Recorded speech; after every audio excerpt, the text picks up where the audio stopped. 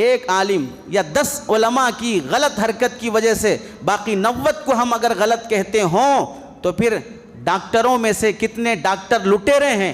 تو کیا ہم نے علاج کروانا چھوڑ دیا؟ وکیلوں میں سے کتنے وکیل جھوٹ بولنے والے مکار ہیں؟ ہم نے عدالتوں میں کیس لڑنا چھوڑ دیا؟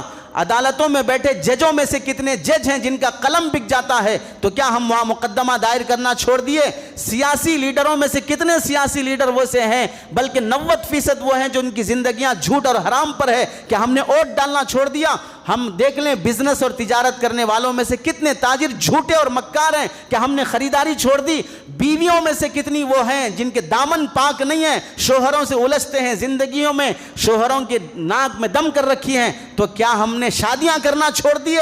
اولاد میں سے کتنے بچے نافرمان بن رہے ہیں؟ تو کیا ہم نے بچے جنم دینا چھوڑ دیا؟